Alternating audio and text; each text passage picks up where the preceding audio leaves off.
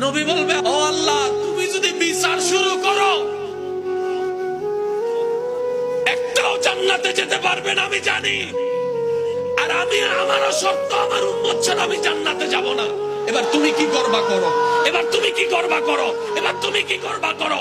নবীজি প্রথম হাসরের ময়দানে উঠেই প্রথম যে কথাটা বলবেন, ইয়া আখি জিব্রাইল আইনা উম্মতি।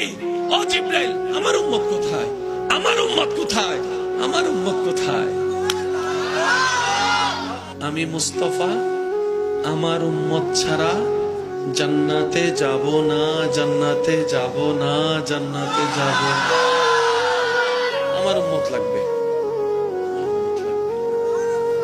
প্রশ্নকারী হয়তো প্রশ্ন করবেন, আপনার উম্মত কার কথা বলছেন? আবু বকর সিদ্দিকের কথা, ওমর ফারুকের কথা, উসমান গনির কথা, মৌলা আলীর কথা, মা ফাতিমার কথা, হাসান ও হুসাইনের কথা। নবী হয়তো বলবেন, না, ওনাদেরকে নিয়ে আমি চিন্তা করি না, আমি তো চিন্তা করছি আমার সেই গুনাহগার উম্মতদেরকে নিয়ে। আমাকে চিন্তা করছি আমার সেই গুনাহগার উম্মতদেরকে নিয়ে, যাদেরকে আমি সুপারিশ না করলে জান্নাতে যাওয়ার কোনো সুযোগ হবে না। আমি আমার উম্মতের কথা বলছি। এই বলে নবী যাবেন।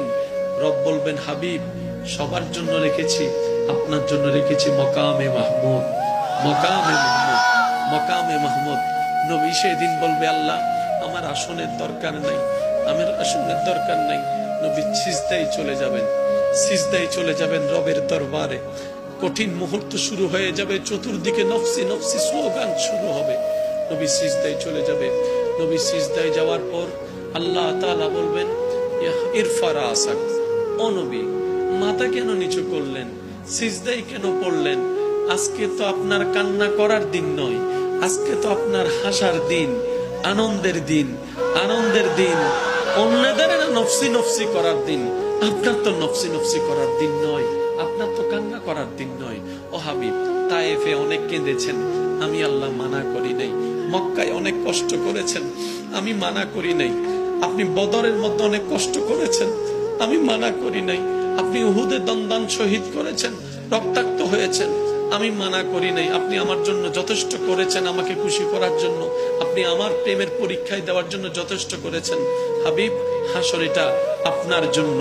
আর সে হক হে মসনদে রিফাত রাসূলুল্লাহ কি, দেখনি হে হাসর মে ইজ্জত রাসূলুল্লাহ কি। ইরফা রাসাক। ও মুস্তাফা, ও নবী, আপনি মাথা তুলেন না, কি চান বলেন না, আপনি যা চাইবেন আমি আল্লাহ তাই দিব।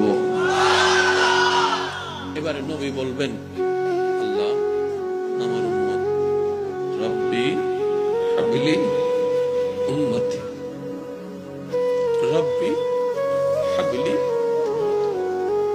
রব্বি, ও আমার আল্লাহ, হাবলি, হেবা করে দাও, আমাকে দিয়ে দাও, উম্মতি, আমার উম্মত, আমার উম্মত আমাকে দিয়ে দাও, আমার উম্মত আমাকে দিয়ে দাও, আমার উম্মত আমাকে দিয়ে দাও।